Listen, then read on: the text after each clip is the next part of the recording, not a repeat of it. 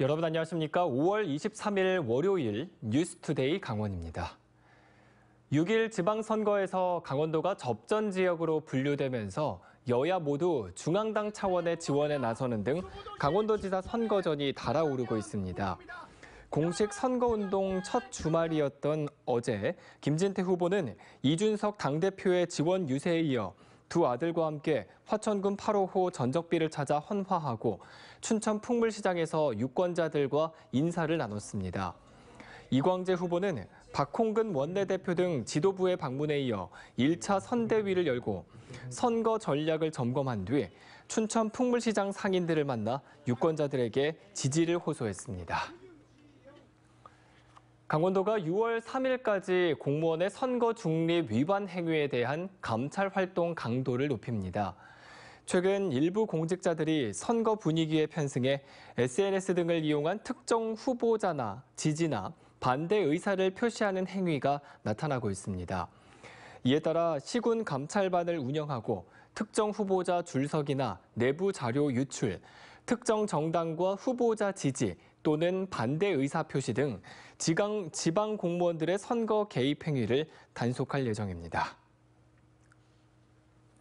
성폭력 피해 아동의 진술 녹화 영상은 피고인의 동의 없이 증거로 쓰일 수 없다는 헌법재판소의 결정에 따라 피해 아동은 의무적으로 법정에 출석하게 됐습니다. 2차 피해를 막기 위해 법원이 아닌 해바라기 센터에서 증언을 하는 제도가 시범 도입됐지만 영상 증언 역시 2차 피해를 부추길 수 있다는 지적이 나오고 있습니다. 황구선 기자의 보도입니다.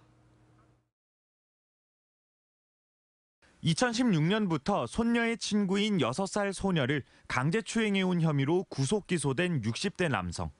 5년간 범행을 이어가면서 범행 장면을 동영상으로 촬영한 혐의도 받고 있습니다. 이 남성은 친손녀 같아서 놀아줬을 뿐이라며 혐의를 부인하고 수사 과정에서 확보된 피해 아동의 진술이 법정에서 증거로 사용되는 것도 거부했습니다. 피해 아동을 법정에 불러 당시 상황을 물어야 한다는 겁니다. 재판부는 피해 아동을 법정에 부르기로 결정하면서도 남성과 마주치지 않도록 하기 위해 법원에 있는 또 다른 화상 증언실을 이용하게 할 방침입니다. 수도권을 비롯한 전국 주요 도시에서 성폭력 피해 아동에게 해바라기 센터에서 법정 증언을 할 수 있는 제도가 시범 운영되고 있지만 강원도는 빠져 있습니다. 해바라기 센터 영상 증언 제도는 성폭력 피해 아동 청소년이 수사 과정에서 진술한 걸 촬영한 영상을 피고인 동의 없이 증거로 사용할 수 없다는 헌법재판소 결정의 후속 조치입니다. 아동 성폭력 피해자가 가해자가 있는 법정에 출석해 당시 피해 상황을 되짚어야 하는 2차 피해를 막기 위해서입니다. 올해까지 전국으로 확대할 계획입니다. 가족이면 다 확대는 할 건데 이제 실질적인 운영상의 보안 사항들이나 그 범위나 이런 것들 여러 가지들을 좀 고려해서 하지만 2차 피해를 차단하기 어렵다는 반론도 만만치 않습니다. 피해자로서는 수사 과정에서 경찰 말고도 많은 전문가의 도움을 받아 진술 녹화를 했는데 또다시 증언하는 자체가 피해라는 겁니다. 다른 방식의 선택하기가 어려운 와중에서 그나마 차선책으로 선택할 수도 있는 것인 거죠. 바람직하고 피해자한테 그나 좋은 게 아니라. 해바라기 센터와 법정, 병원뿐 아니라 피해자의 주거지에서도 영상 증언이 확대될 전망입니다. 그럼에도 피해 진술 자체를 최소한으로 요구해야 한다는 지적이 잇따르자 법무부는 아예 조사 단계에서 전문가를 통한 반대 신문을 보장하는 대책을 추진하고 있습니다. MBC 뉴스 황구선입니다. 춘천 마임축제가 다시 돌아왔습니다. 축제의 백미이자 폐막 행사인 도깨비 난장도 현장 축제로 만날 수 있게 됐는데요. 축제 현장을 김도균 기자가 다녀왔습니다.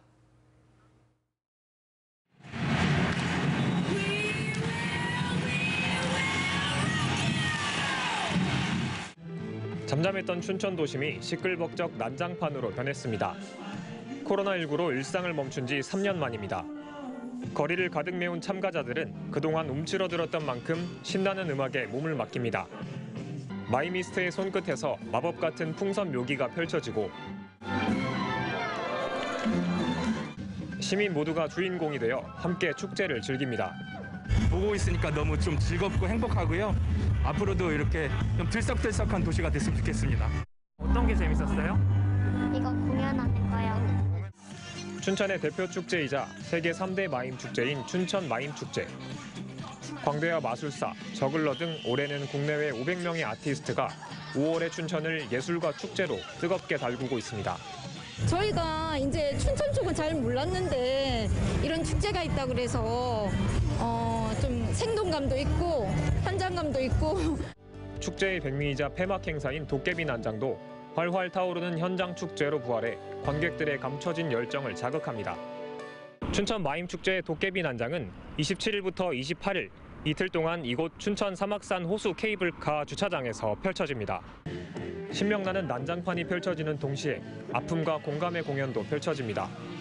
국내 극단 롯들이 축제극장 몸짓에서 우크라이나 러시아 전쟁의 폭력성을 고발하는 공연으로 관객들을 찾아갑니다. 또 마임 테크닉의 정수를 볼 수 있는 마임 공작소 판에 수준 높은 작품도 선보입니다. 축제에서 여러분들에게 뜨겁게 아주 뜨거운 환대들을 보낼 예정이니까 황홀하게 받아가셨으면 좋겠고요. 코로나19로 지친 시민들에게 황홀한 환대를 선사한다는 올해 마임 축제는 오는 29일까지 8일 동안 춘천 전역을 모처럼 뜨겁게 달굴 예정입니다. MBC 뉴스 김도균입니다. 지난 2020년 8월 6일에 발생한 춘천 의암호 선박 전복 사고와 관련해 검찰은 당시 춘천시청 교통환경국장 등 공무원 7명과 인공수초섬 제작사 그리고 현장 총괄 책임자 등 모두 8명을 업무상 과실치사상 혐의로 불구속 기소했습니다. 또 춘천시와 수초섬 제조사는 산업안전보건법 위반 혐의를 적용했습니다. 이승현 기자입니다. 2년 전 집중호우 당시 춘천 의암호에서 경찰 순찰선과 행정지도선 등이 침몰하면서 5명이 숨지고 1명이 실종된 사고와 관련해 검찰의 수사 결과가 발표됐습니다. 춘천지방검찰청은 이번 사건과 관련해 안전조치 의무를 소홀히 한 당시 춘천시 안전관리 책임자이자 교통환경국장을 업무상 과실치사상과 산업안전보건법 위반 혐의로 불구속 기소했습니다. 또 춘천시 환경정책과장과 환경정책과장 직무대행, 환경정책과 유역관리팀장 등 춘천시청 공무원 6명에게도 업무상 과실치사상 혐의를 적용했습니다. 사고 당시 인공수초섬 유실 상황을 알지 못한 제작업체 사장은 불기소 처분한 반면 업체 현장 총괄 책임자는 업무상 과실치사상 등의 혐의로 불구속 기소했습니다. 검찰은 수사 결과를 발표하면서 이번 춘천 의암호 선박 전복 사고가 자연재해가 아닌 수초섬 유실 책임을 우려한 춘천시와 제작업체에 의한 인재라고 강조했습니다. 특히 춘천시의 설치 장소 검토 부실로 수령이 지체된 인공수초가 임시 계류하는 상황이 발생했고 집중호우와 댐 방류 등 위험 상황에서 작업을 지시하거나 또는 묵인했다고 밝혔습니다. 검찰은 또 수초섬이 유실되는 과정에서 수상통제선에 걸려 선박이 전복되기 전까지 3차례에 걸친 고박 시도가 모두 실패하는 등 안전을 무시한 무리한 작업이 이루어졌다며 춘천시와 인공수초섬 사업주에 대해서도 산업안전보건법 위반 혐의를 적용했습니다. 춘천지방검찰청은 이번 사건의 공소유지에 집중하는 한편 중대재해 등 안전사고에 대응해 경찰, 노동청과 협력체계를 구축하겠다고 밝혔습니다. MBC 뉴스 이승현입니다. 올봄 고온과 강풍으로 복숭아 세균 구멍병 확산이 우려되자 강원도 농업기술원이 복숭아 재배 농가들에게 예방과 방제를 당부했습니다. 복숭아 세균 구멍병은 잎의 기공이나 바람에 의해 발생하는 작은 상처 등을 통해 발병되고 감염된 잎이 2차 전염원이 돼 잎과 과실로 계속해서 번지는 병입니다. 지난해 일부 지역에서 세균 구멍병이 발생해 상품성 저하와 수량 감소로 타격을 입은 바 있습니다.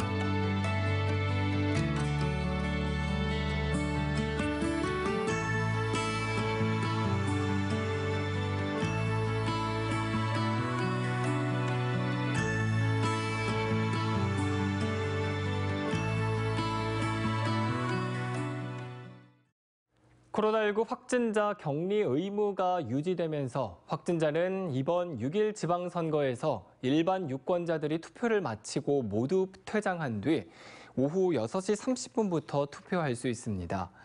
사전투표는 2일 차인 28일 오후 6시 30분부터 8시까지, 선거 당일인 6월 1일에는 오후 6시 30분부터 7시 30분까지입니다. 강원도 선관위는 지난 대선 때 미비점을 개선하기 위해 확진자용 임시기표소를 운영하지 않고 일반 유권자와 동일한 방법으로 투표하도록 했습니다. 강원 출신 노용호 전 자유한국당 강원도당 사무처장이 국민의힘 비례대표로 국회에 입성하게 됐습니다. 국회가 윤석열 정부 첫 중소벤처기업부 장관으로 임명된 이영 의원의 사직안을 의결하면서 지난 총선 당시 비례대표 다음 순번인 노용호 국민의힘 총무국장이 직을 이어받게 됐습니다. 노 전 국장은 양양 출신으로 관동대를 졸업한 뒤 신한국당 시절부터 당에 몸담아온 정통 당직자입니다. 지난해 3월 동해안에서 아연정광 하역 작업을 하던 근로자 2명이 숨진 사고와 관련해 업무상 과실치사 등의 혐의로 기소된 하역업체 관계자들이 징역형의 집행유예를 선고받았습니다. 춘천지법 강릉지원은 유해가스가 발생하는 작업을 지시하면서 산소 마스크를 지급하지 않는 등 안전보건 의무를 위반한 하역업체 지점장과 관리감독자에게 각각 징역 8월에 집행유예 2년을 선고하고 업체에는 벌금 300만 원을 선고했습니다. 재판부는 피고인들이 잘못을 반성하고 있고 업체가 안전조치를 개선한 점 등을 고려했다며 양형 이유를 밝혔습니다. 평창국제평화영화제가 다음 달 23일 개막을 앞두고 산책 이벤트 2002 피프워크를 진행합니다. 다음 달 15일부터 28일까지 영화제 공간을 따라 걷는 길 따라 걷기, 평창 전 지역에서 5만 보를 걷는 걸음수 마일리지, 명소로 지정된 곳을 방문해 스탬프를 받는 전자 스탬프 투어 등 3개 이벤트를 통해 상품도 지급합니다. 자세한 사항은 걷기 앱 워크온을 통해 다음 달 15일부터 확인하실 수 있습니다.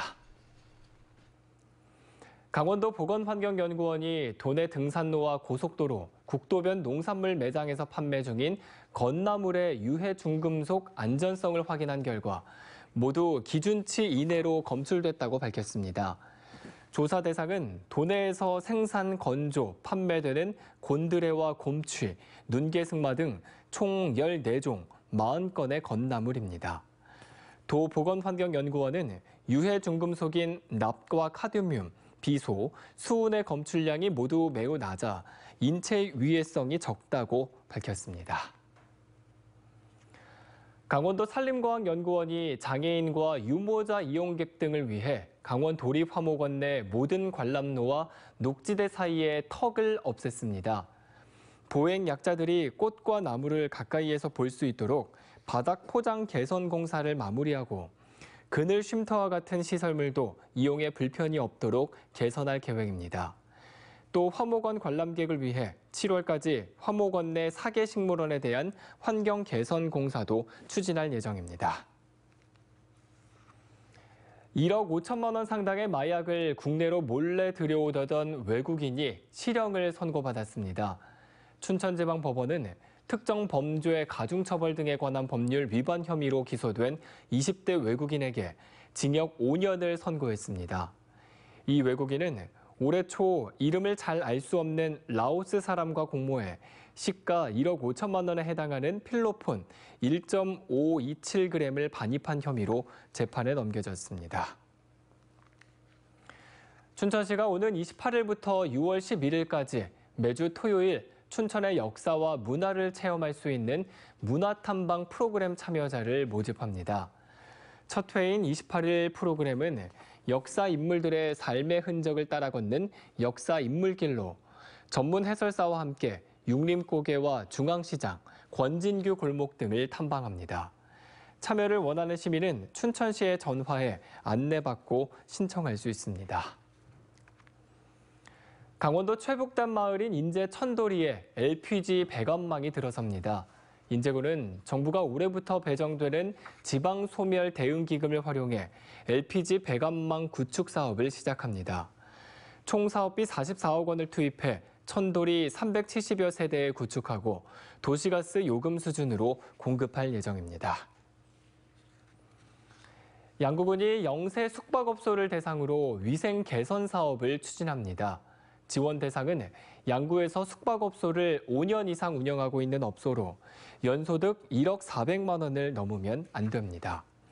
양구군은 선정된 업소에 침구 교체비와 세탁비 등 객실당 20만 원을 지원하는데 이 중 20%는 업소 부담입니다. 참여를 원하는 업소는 다음 달 17일까지 보건소에 신청서를 제출하면 됩니다. 강원디자인진흥원이 21만 중소기업을 위해 빅데이터 기반의 소비자 분석 서비스를 도입합니다. 소비자 분석 서비스는 사업 기획과 제품 서비스 개발, 마케팅 등에서 필수적인 소비자 유형을 분석합니다.